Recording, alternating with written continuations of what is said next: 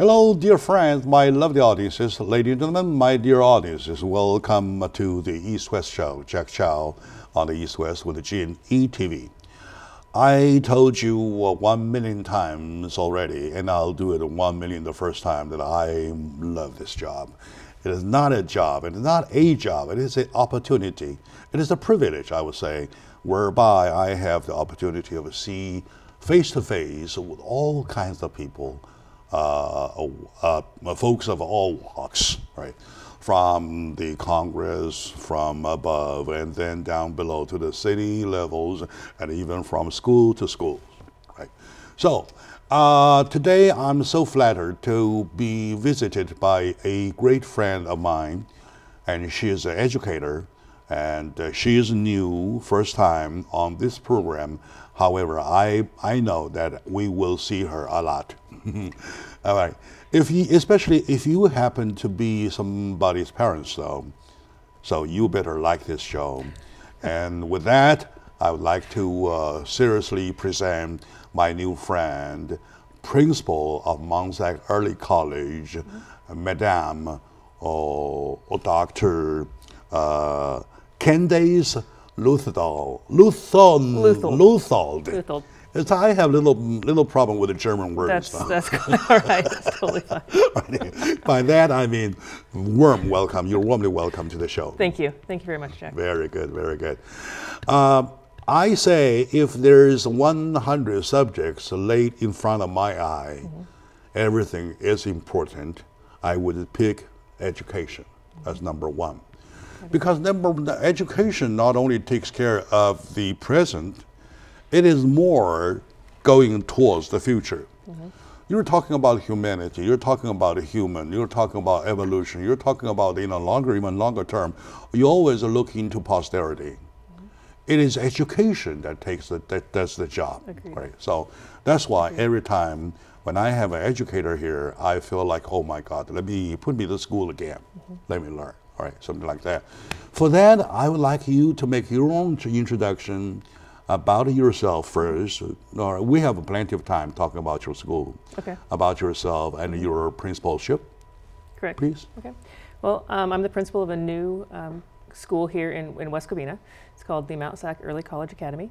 And I'm a 20-year educator. I'm actually going into my 21st year. I used to be a biology teacher. Well, you don't look that much. I started as a toddler. You started early, age 5. Exactly. Age 5, all right, good. But I was a biology teacher for many, many years. Used to teach AP biology. And I've taught special education and math. I see. And was an administrator in Orange County for a period of time, starting a school that was very similar to this. I see. And then they hired me here in this area to get another school started with Mount San Antonio College, the same type of school. And very good. So it's a beautiful opportunity. A huge credit. Yeah. 20 years is a huge credit. Well, so and also psychology, your major, your degree, that takes probably advantage of doing education work. Right. My major actually, I have a degree in science. And then I got a master's degree in education. I see. All right. Good. So you mentioned also it's a new school. It's a brand new school. A new school. I have no problem with new school because I even wish that we have more schools than camps, right? So now, why is it say early college, Mount SAC Early College? Right, because the students have the opportunity to take college courses when they're in high school. So they can start taking college courses as early as their sophomore year that are for credit, and they're transferable to a university. I see. In other words, you're overlapping it. Correct. Overlapping with some years of the high school. Right, high school and college are overlapping. Oh, way to do. Yeah. Way to do. That's the way to do. Oh, it's an amazing program. All right, very good. And the campus is where? The campus is over off of Hollenbeck and Cameron, in West Covina, and it's an elementary school that's been renovated. Half of it's already been renovated, and the other half is in the process of renovation. I see. And when did you start it? Well, actually, we're starting this fall. We're opening fall of 2018. I So see. we're accepting our first freshman class coming up here. And I heard by Lou, from Lou, my friend, my dear friend, who is not here today, but she set up all kinds of the preliminary work with me for her, and here's my appreciation. According to her, that you have a ribbon cutting ceremony? Correct. There's a ribbon cutting ceremony tomorrow, on Thursday. Oh, tomorrow? Yes. Tomorrow, what time? At 4 p.m. At 4 p.m. Yep. All right, good. And by the time people see it, you do the ribbon cutting. It will be they done. will just turn on the TV, turn off the TV, go to ribbon cutting. If they see it by 4 They p.m., can do that. I wish we did it earlier, right? Right. Oh, very Yeah, good. yeah. My son is in college. Okay. And my bigger son, my older son, of course, he's on his own already. I see, as all the folks see already, especially the Chinese Americans, we pay lots of attention to education. Right? And it is now for us to open our eye to see the necessity of the early education or even the early school, like early college, though. Could you please explain to me the concept of setting up this kind of school to imbue the system with a new way, in the new way, please? Right.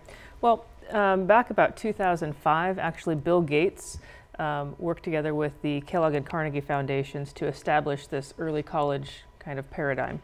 And the whole idea was to get more students who are underrepresented in college, get them into college, and give them the opportunity and show them, how do you get into college? What are some easier ways to kind of give them a jump start, right? I see. Get them ahead a little bit.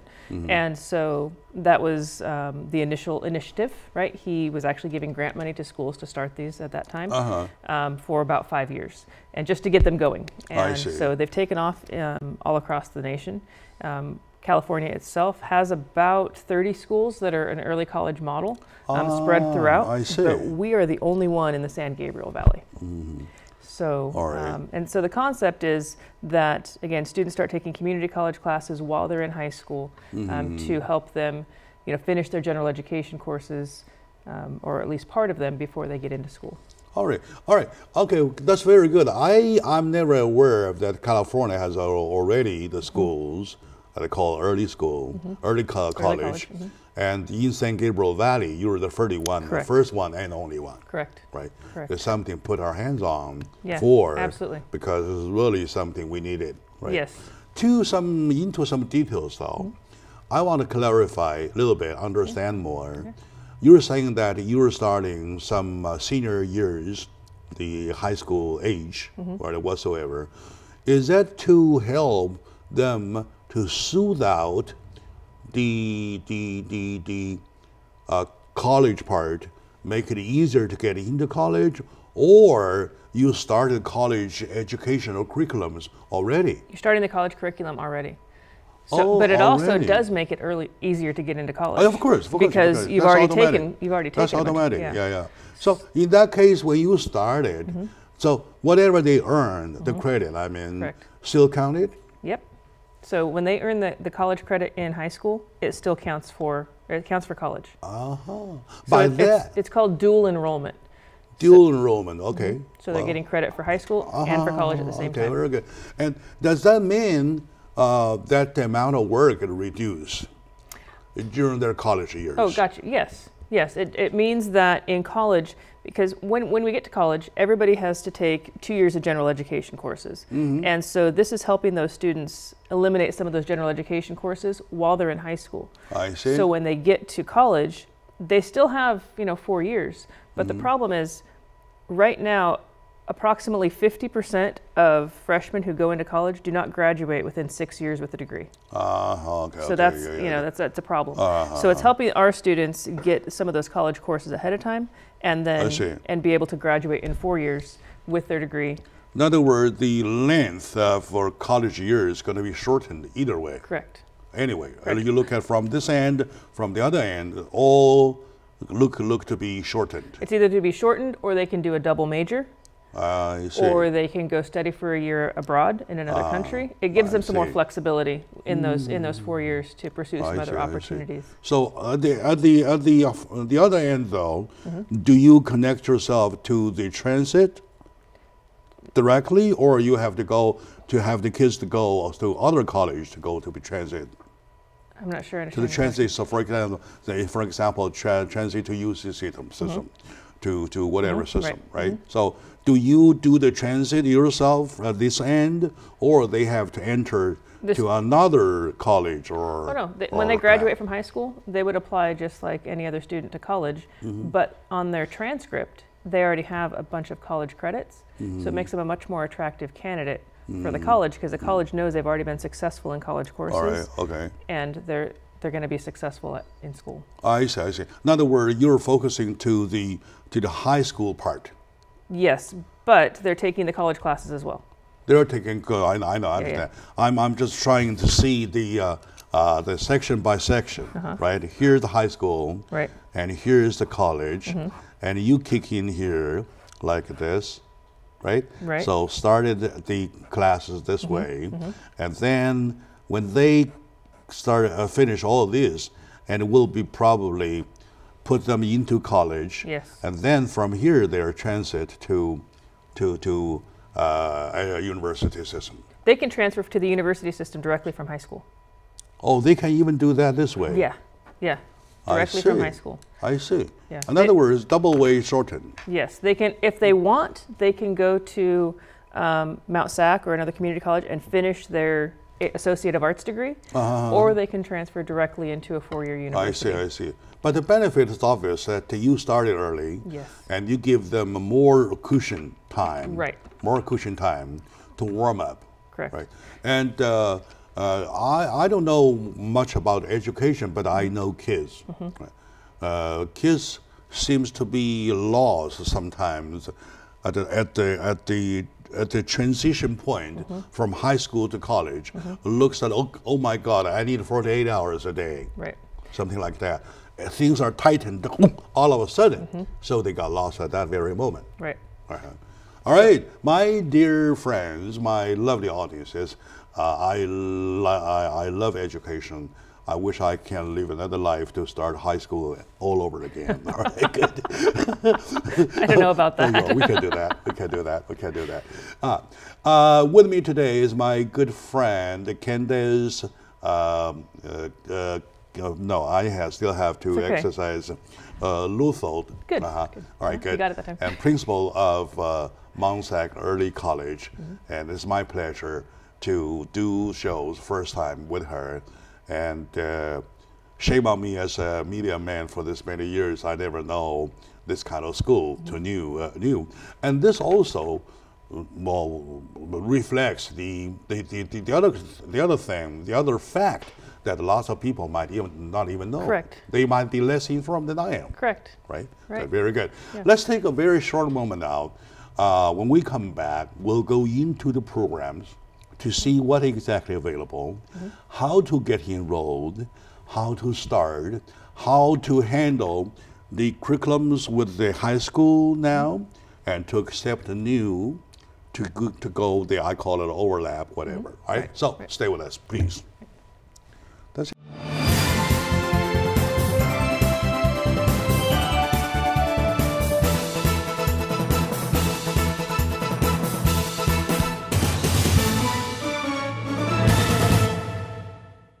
Hello, dear friends, my lovely audiences, especially you, when you happen to be somebody's parents.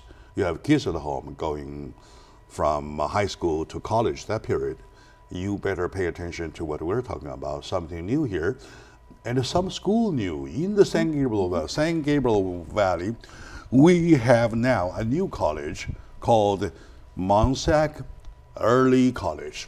Right? Correct. With me is the principal, Candace, of that great college, and we are touching base with her about the college, the school, and including everything. Now we're going into the programs. Correct. Right. And we're actually a high school. Jack. High school. We're a high school, but they're taking some college courses. High school called early college. Correct. Right. So it can be a little confusing. Yeah, sure. Of course. But to me, to the kids, is that it is the content of the program that are important. Correct. How you name it, Right. That's another issue, right? Okay, yeah. now, so speaking of your programs, according to Lou, you have lots of all kinds of programs, different programs for the kids available. So can we learn something from you about Sure. these programs? Sure. Well, one of the things that I'll focus on, or we will focus on with the students, is oftentimes students come into high school and they tell you what college they want to go to. And then they tell you what major they want. Once they get into college, then they pick a major, and then after they graduate, they try to figure out a career. And it's a little bit backwards. Yeah, because the opposite way. They should be doing it the opposite way. Because I have students all the time who come in and tell me that they think they know what they want to do, but they want to be doctors or lawyers or professional athletes. You know, those are and some of them no doubt will be. Okay. But so what we'll start out with is we'll start with students trying to figure out what their interests are. And from that, you know, what kind of jobs could they use those interests, you know, what kind of jobs would be good for what they're interested in? Because you want to go to work every day and enjoy it. You don't want to go to work just for a paycheck. Yeah, you're right. So it's based on their interest, and we'll help them figure out careers. From that, what would be the best major for that career, and then what college would be best serve that major. So it's kind of flipping it a little bit as far as how we help them think about their future. Yeah, that's the whole concept, to go with the structure, how you lay step by step, Correct. right? And for actual programs, what kind of programs you have? Well, we do focus a lot on academics. When the students, because we'll be starting with our first freshman class this fall, as far as clubs and things of that nature, the students will be able to, you know, to help direct us as far as what kind of clubs they want. I see. But in the actual curriculum, one of the things that is really cool about it is we have an 8-period block schedule, which means they only have 4 classes a day, but those classes are 90 minutes long, right? Which is much more of a college kind of feel. I see. Versus a traditional high school where you have every class every day for, you know, 50 minutes. 50, yes. Right, so it's an hour and a half every day, 4 classes. Or up to 4 classes, and then but built within that, besides their high school graduation requirements, we will also have tutoring available within that bell schedule. So if the students are starting to struggle in the college courses, All right. That's okay. We have tutoring that's built into the schedule. We have ways to support them. I see. And so it's about providing really high expectations, but also providing appropriate support for the students to be successful within that environment of high expectations. In other words, we all go to high school, going into yours though, get some extra.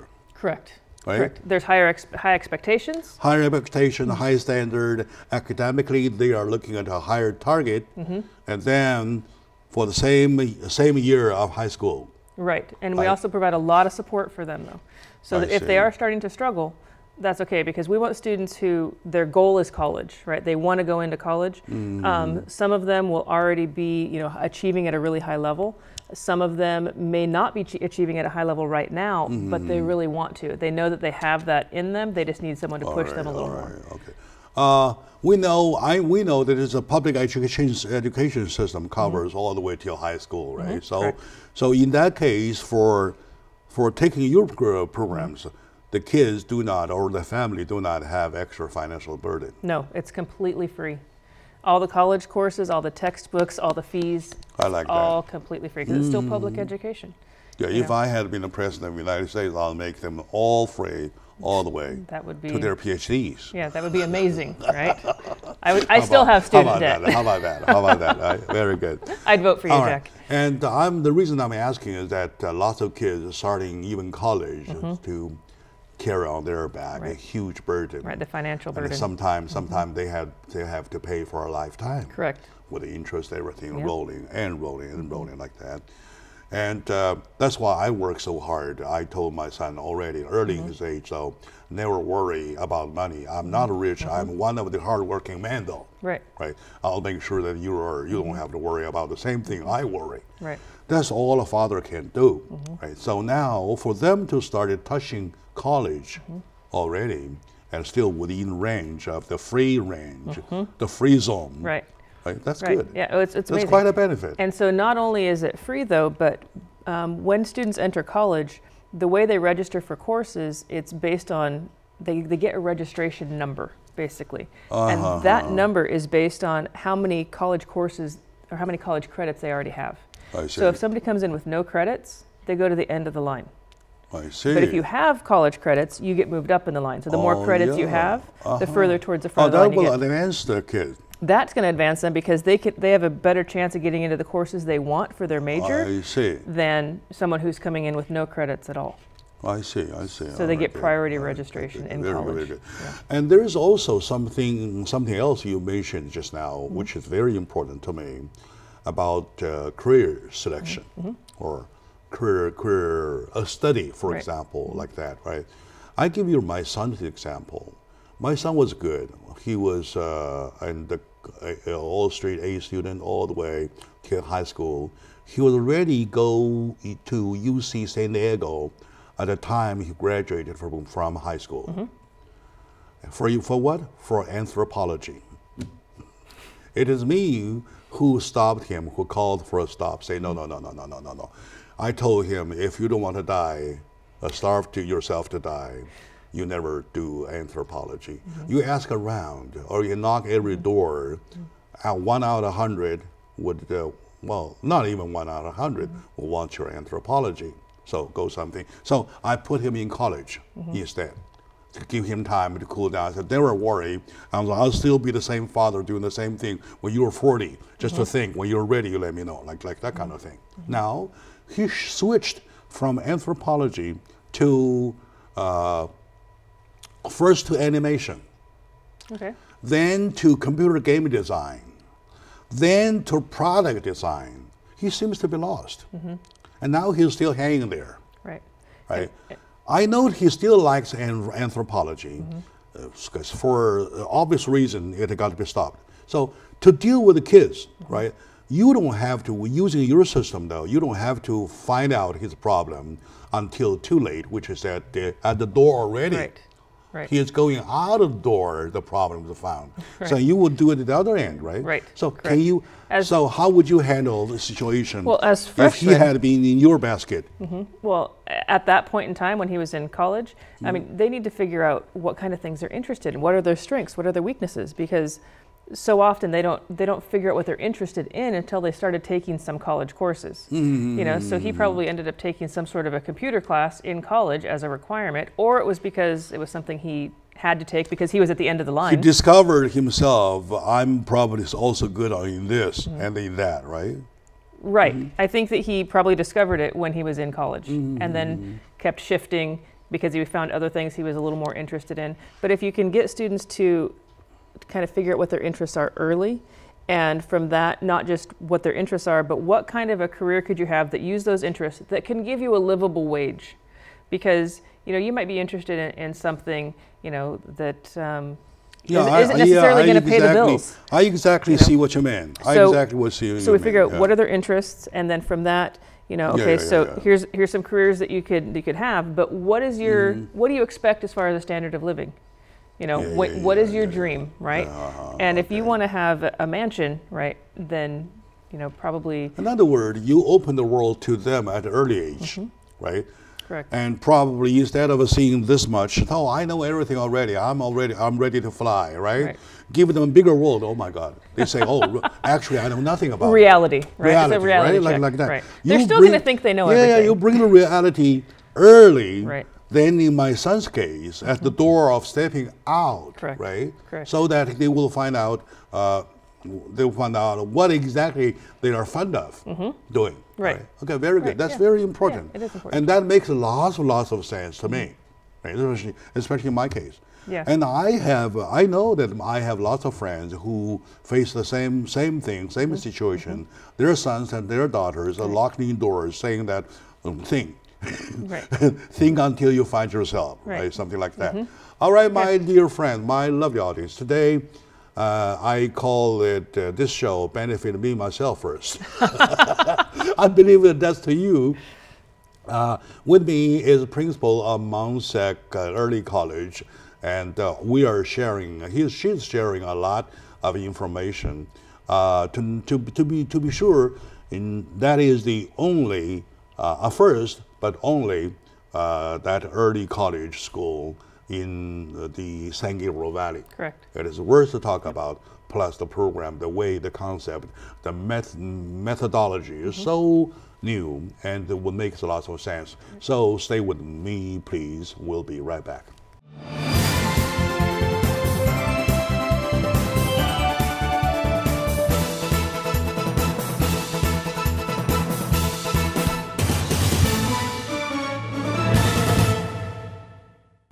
Hello, dear friends, my lovely audiences, ladies and gentlemen, dear papas, moms, or whoever, if you happen to be a parent of your own kid, though, please be welcome back to the discussion about education.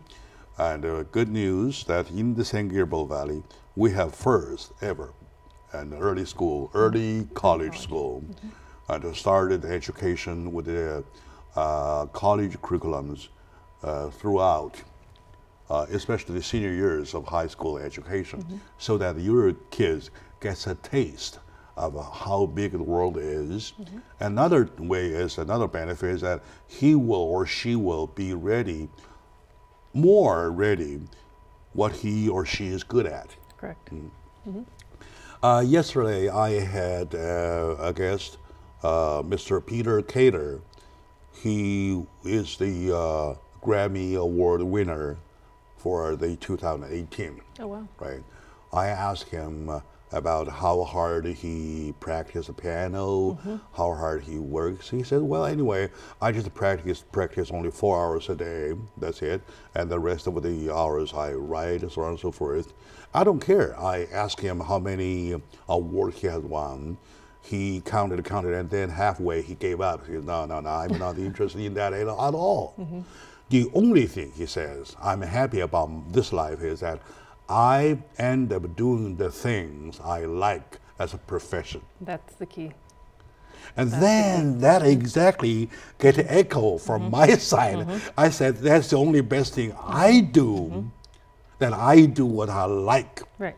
It is working for a check or working for what you love, something like that. Well, it doesn't feel like work if you love it. Yeah.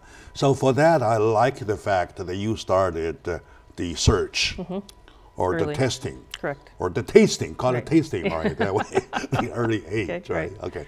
In addition to that, what else do you think that you find that your program, when compared to regular high school education, please? Well, students can start taking college-bearing or credit-bearing college classes their sophomore year. And so by the time they graduate, they can actually complete nearly 2 full years of college credit in high school. All completely free, no tuition, All left no is books. only a tail. What's that? All left is only a tail. Right. Tail, There's not very much left for them to get their associate's degree if they want to. I see. So that's one of the big benefits. One of the other benefits of taking college courses is that some schools have AP courses, some schools have IB courses, and those are fabulous programs. The difference is that when they're taking college courses instead, there's not just a single test at the end of the year to see whether or not they might get college credit. With AP, they take a class for the entire year. They stretch it. They stretch it out, and then they take a test. And that test determines whether or not they might get college credit. I see. So, and not all colleges will take the same that points. makes lots of sense. So, that makes and lots it's based of on a sense. single test. So if the kid has a bad testing day, they're not going to get the college credit, even You're though they've right, worked you're right. really hard all year. With us, in the college courses that they start taking their sophomore year, those courses are taught by college professors from Mount SAC that come to our campus. So the courses are taught on our campus, and it's during their regular school day. But Mount SAC's bringing instructors to us, and then the students are taking the class, but the class is a single semester. All right, good. And if they pass that class with a C or higher, they get college credit. You know why I laugh? Why? That triggers me exactly the comparison of the prevailing testing system in China. Okay. So instead of stretching it into the whole land, they're talking about 3 specific days. Okay. So all the rest of your life depends on the 3 days. Right. All right. It's June the 7th, 8th, and 9th, or Right. something. No. How stressful. Or 6, 7, and 9, only Right. 3 days every year. So some kids work many years so hard, doing good, and that morning had a situation, Right. or a bad night, Right. or loss of sleep or something, or even a traffic accident. Well, that's the zero. Right. That's zero. For the rest of your life. Yeah. So that's the part that being discussed and they're trying to overturn to whatever change anyway. For now that you stretch it, even in college, we have the similar thing. We do the final test, right? Evaluation test. And now you stretch it into everything though. That's good. Right, That so they're is good. getting evaluated on each class individually, you know, through maybe assignments, midterms, final, but it's not just one final exam. that I really determines wish all. I learned this, well, like 2 years ago, 3 years ago, so that I can deal my son in a better way.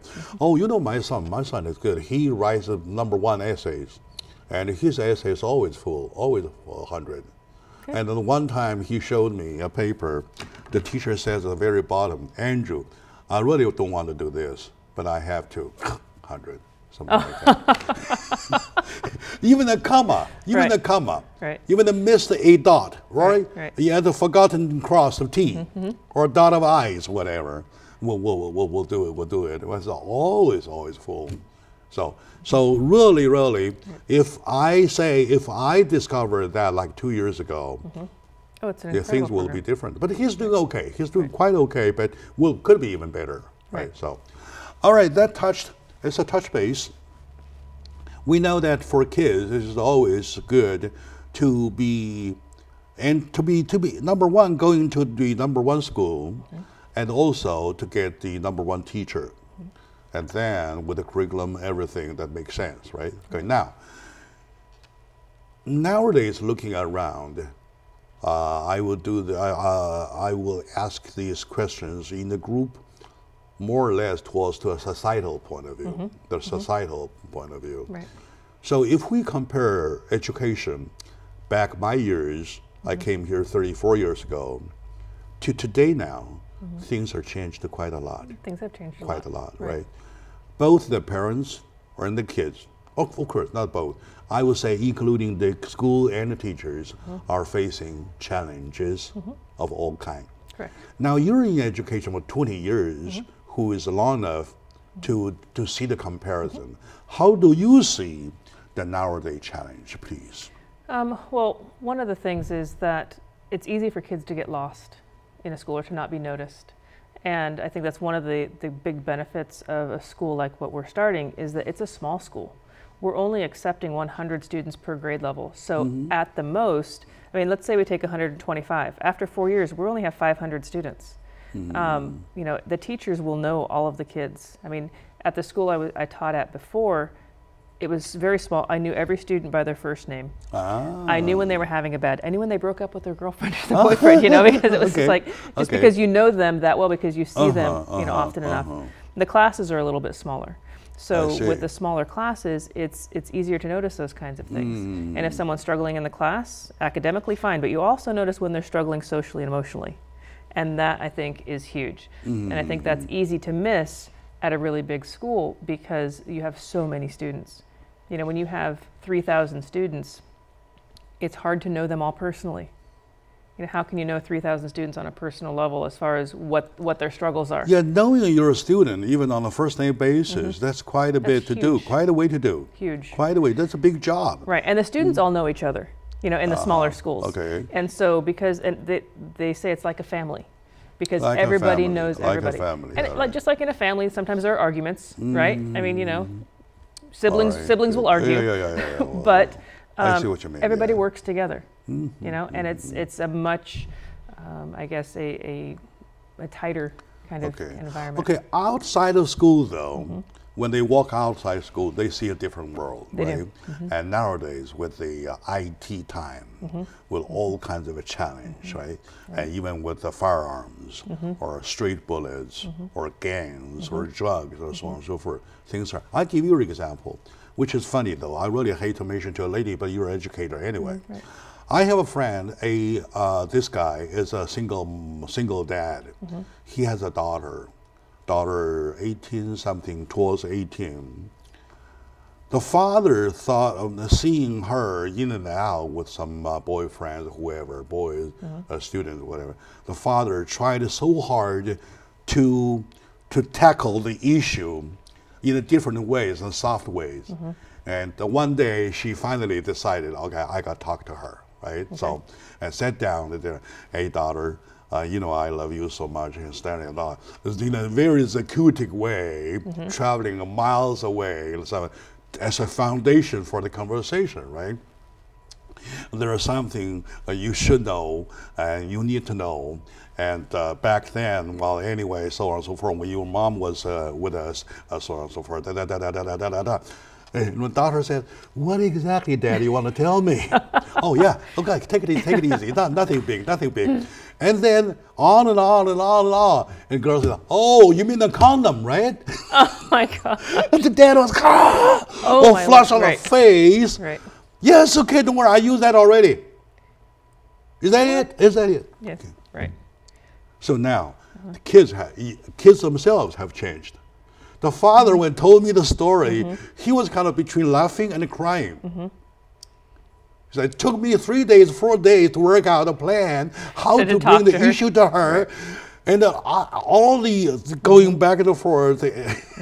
Said, "Oh, yeah, you mean a condom?" "Oh, yeah, let's just cut to the chase, Daddy, right? Yeah, so the time has changed, the kids have changed, correct. right? Yes.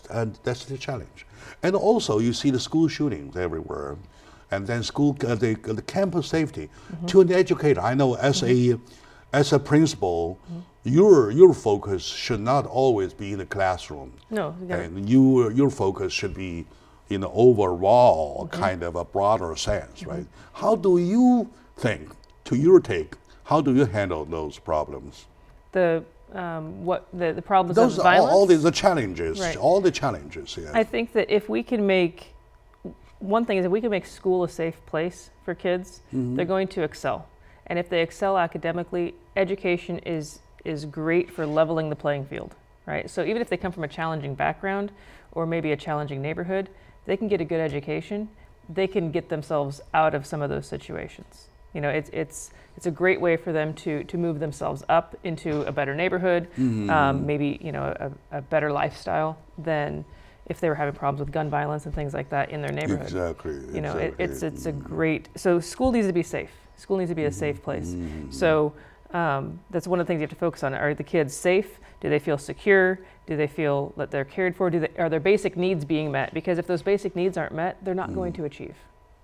You know, they're not going to learn. So you've got to meet those basic needs first in any situation. But then when they go outside, I think it's about if they have a sense of self-confidence. And again, that's one of the things that we can work on building at school. But if they have a sense of self-confidence and who they are as people, they don't oftentimes get themselves into some of the situations when students, I guess, are not as confident in who they are and in their own personal abilities. All right, all right.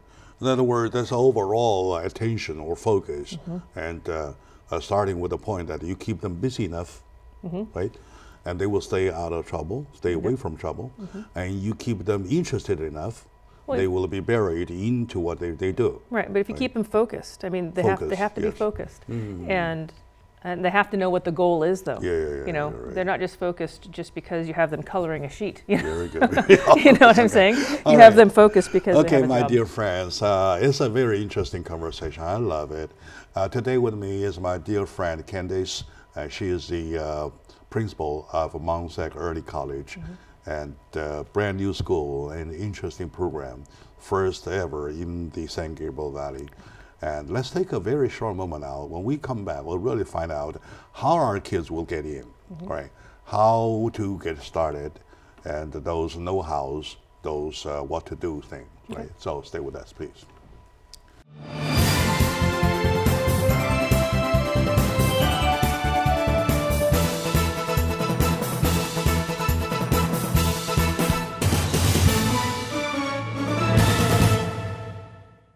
Hello, dear friends, my lovely audiences. Welcome back to the show. The East West Show covers everything.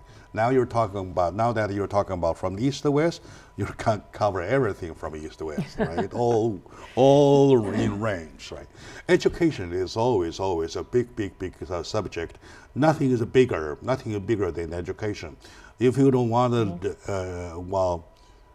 to see the things that we see now, prevented to be seen tomorrow, you better start it from an educational point, right? Other than that, you always chase after the horse, right? You put the horse in the cart Right. in the opposite way, right? So with me is my friend, my friend Candice. She is the principal of Mount SAC Early College. We're sharing her new school and a new program. Everything sounds new to me, but everything make lots of sense to me, right? Yeah. Especially when I drag myself in to use my son's story Right. and also the friend of mine's story. So it'll make a lot more sense. Now, how do we get in? How do people, for example, I have lots of audiences. They are parents. Okay. How they find you, like your website, and how they want to start if they want to try your programs. Right. So we do have a website. It's mountsacECA.wcusd. There we go. I see. And never mind. yeah. It's on Got there it. already. Okay, there we go. On the big screen already. Perfect. All right. And there's an application on the site. We're taking applications from March 15th to May, or I said March 15th, that's this Friday, March 19th to May 4th. I see. And so there's an application process where the students have to write a letter, they have to submit an essay, and there's a bunch of other information that we need as well. But any student in the San Gabriel Valley, any student who can make it to the campus, they're welcome to apply. They can be from anywhere. So age-wise from 16? No, we're looking for students who right now are in 8th grade that are going to be going into 9th grade because we'll be accepting our first 9th grade class. No, in other words, you're talking about age-wise... About 13. 13 all the way up. Right, we're only taking one class. One class because our first year. I see. So we're taking our first 9th grade class right now, and then next year we'll accept another 9th grade class. All right. And these 9th graders will be taking. If they can do the commute themselves, correct, or they have parents who can drive them, lift them, right, all or if the they time, can take the right? bus, or right, they can take a bus, right? Right. It doesn't matter where they live. Does not matter where they live. For example, if somebody is in Marquette, right? So if they want to go, they can quit Marquette, going to you right away. Correct. They complete the application process. If they're accepted for enrollment, they're in. I see. But we can only take 100 students. I see. I know, but you're going to run. No, but I'm saying we can only take 100. People have to run. I know, but people have to run, though. Is there a seminar thing, whatever, for the parents to go take a look? Yes. Talk to the teachers, to the principals, as yourself? You have to talk to me. Our next one is on April 19th at 6 p.m. April 19th. All right. Okay. 6 p.m. on the campus. I see. Over off Rio Verde. It's 2226 Rio I Verde. see. Probably want to send me an invitation. I want to go find out. I'm not talking about my son, and he's already there. I'm talking about as a show host. I want to learn more about your program. Yeah, so for future sake, right? Okay. Yeah. Now, among the 100 students this year, do you have any preferences to them? Oh, absolutely. My number one preference is that they're motivated to go to college and take college classes while they're in high school. That's the number one. Because if the student themselves is not motivated to do it, they're not going to do as well. I see, so we want students who their motivation is to, go and get this advantage. So you will not take those who take high school graduation as their final goal? No. And how do you know that? Because that's one of the things that they should be telling me as far as why else would they want to come to the school if they only want to graduate from high school. Because again, we're going to have higher expectations. They're going to be taking college classes while they're taking high school classes. So they're very directed as far as what classes they need to take. All right. And they have to be wanting to achieve at a higher level. Even if it's higher than what they're doing currently, again, I don't mind if students come in and they have potential to do really well, and they're not right now doing really well, as long as they really want to, because it takes hard work to do well in school. You want to make sure that the 100 gives you 100 at the end. Absolutely. Or the least, when they're a drop-off, not that much of a drop-off, right? Right. We want students who really, really want to be there. Oh, I see. So any other requirement or preferences? That is my number one preference. I'll also take a look at test scores. I'll take a look at their transcripts. I'll take a look at discipline records, because sometimes those students come in, and I have had a few students who have come in with a terrible discipline record, but I'm like, okay, why is this student applying? And I'll talk to them. And I've had students who say, you know what, I made a lot of mistakes in middle school. I know I'm better than that. I want a chance to start new. A new start. And it's worked out. Because if they want to make a new start, that because makes lots of because sense. it's taking them away from maybe the people they were with before. They have a brand new, clean slate, new school. You probably have noticed that I asked the question in a wrong way, so I hate to directly ask you: Are you only taking the best? No. No. Looks. No, we will take some. It looks that you don't do it that way. Right. We will take some that are at the top of their classes, of course, but yeah. we'll also take a lot of kids from the middle. Because again, like I was saying, at a big school, the kids in the middle sometimes get lost. Yeah. And I think a lot of those kids in the middle could do a lot better if they had some additional support and if they were pushed a little bit harder to In other do well. words, still focusing to the average. Sometimes. Average and above. Yes. Right. Yep. And typically, if you are a bad kid in middle school, and you and the kids sit down, and you will find out, so if this one is still mendable. Right. Exactly. Is this something that makes a lot of sense. Is a student still really motivated to do well, and they just made some mistakes, or is the student they don't really have a focus on their future? I see. So the school doesn't offer on-campus housing, no? No. No living, right? No. Okay. No. I'm thinking about put them in a sealed way for a better result, better education, like they used to do in the private schools. It's not a boarding school. Yeah. It does have very much a kind of a private school feel. But it's how big is the faculty you have? We'll start out with 5 teachers. I see. So our ratio will be about 20 to 1. All right. And something very good to know. And you want to, I have a list of areas I want to touch. Let's see. Campus visit will be April 19th. 6 o'clock. Yep. So do they have to register or just walk in? Just walk in. All right, okay. And also, let's see what I have left. Okay, and you answered all questions. I believe that was fully discussed. Well, one of the things I didn't tell you, Jack, was that in the design of the school, I mean, it's all been very intentional as far as how we've designed things. But one of the things is that we actually start a little bit later in the day than a traditional high school. We start at 8:45. And part of that is because if you've ever dealt with a teenager first thing in the morning, most of the time, they're not quite with it. All right. Yeah, they're not ready to learn first thing in the morning, usually. And so because teenagers will oftentimes go to bed late. I see. And they need sleep, right, because they're growing. And in high school in particular, they get up later, or if they get up too early, they stay up late. They stay up late. And they're not very focused. In other words, you're shifting hours? Shifting hours just a little bit. So we don't start until 8:45. And we're done at about 3:45. You're starting your psychology major. But it's because we want them to be successful. It works that way, right? And so, and research shows that kids do better later in the morning. And so why start school, at 7 o'clock? That's exactly me. If they're not That's gonna be exactly me. Yeah. Right. And I don't actually wake up until the show starts. Right. That's I believe it, yeah. So that's one of the things I we've stay done. up early. Yeah. I stay up late. Right. And I get up like 6:30 something, and it is not until 10:30 when the show starts do I really actually wake up, right? And lots of things making lots of sense altogether. I appreciate the fact that God has created our educators with that kind of mind, that kind of wisdom, and also the system allows that to happen. The better part is that the whole thing is free. Right, absolutely free. Such as a free high school. And yet you're starting to receive education of college, like say starting age of 13. Actually their sophomore year, so they'll be 14 or 15. 14 or 15, all right, good. And my dear audience, I know we're a little over time, but it is worth it. Worth my while, your while. Anyway, and this is not the only one talking about the school, the Mount SAC Early College. We will do more.